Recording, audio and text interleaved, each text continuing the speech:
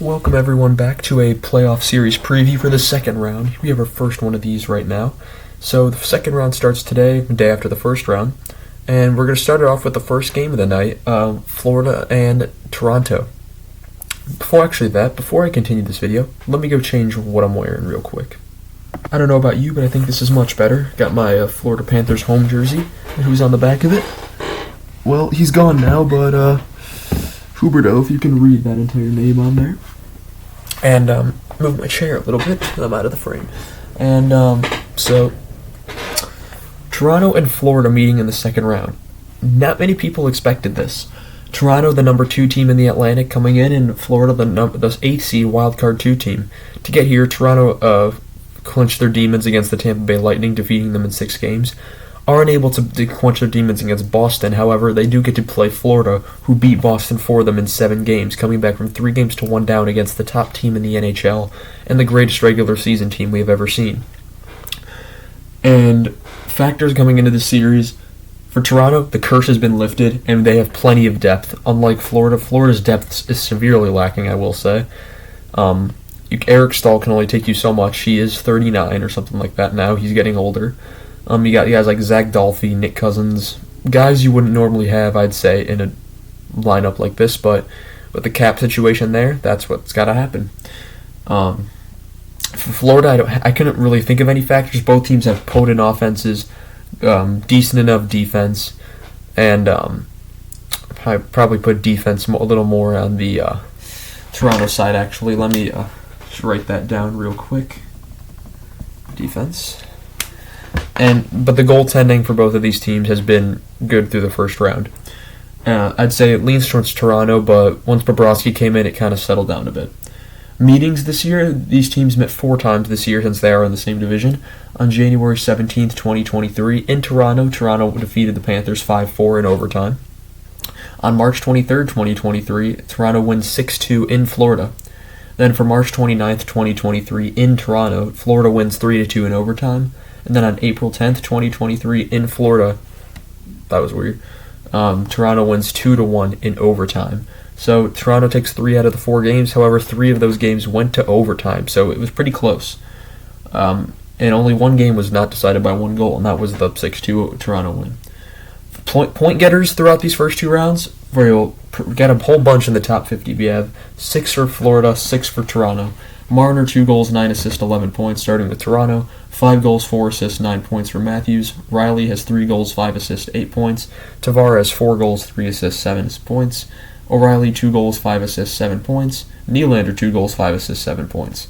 For the Panthers, you have Tkachuk leading the way, 5 goals, 6 assists, 11 points. Montour, one of my new favorite players in the NHL, 5 goals, 3 assists, 8 points. Verhaeghe, 2 goals, 6 assists, 8 points.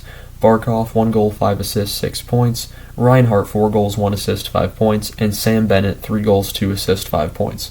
So both of these guys, top guys, are producing, we can see. They're top. You have Ekblad, who's not always healthy, but you have Montour, who's kind of taken that mantle as the number 1 defenseman in Florida.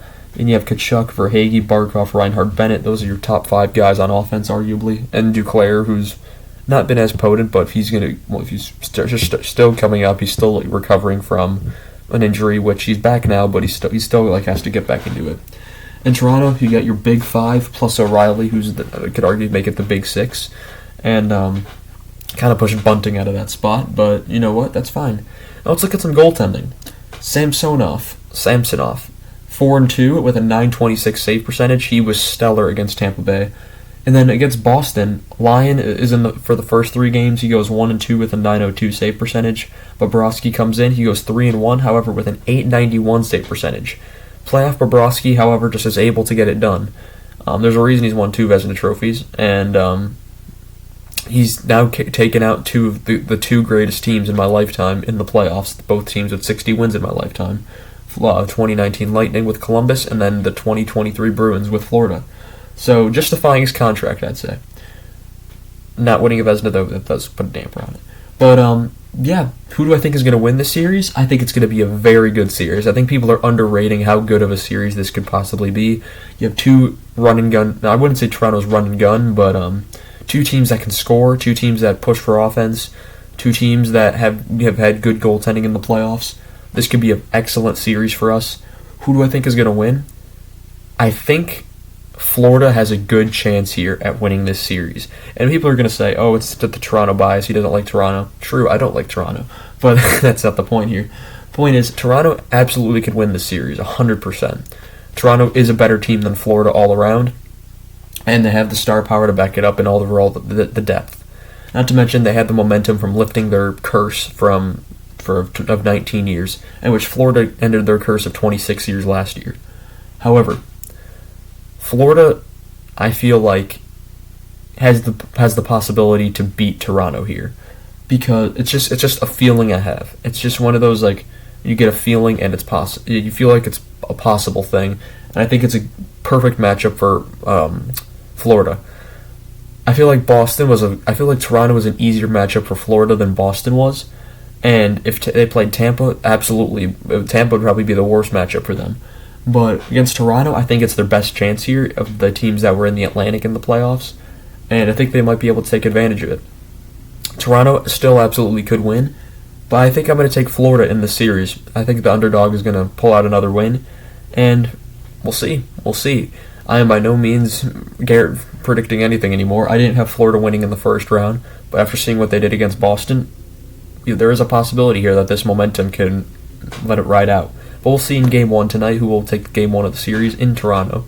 But I'll see you guys in the next review in a little bit now. But thank you guys for watching, and see you next time. Goodbye.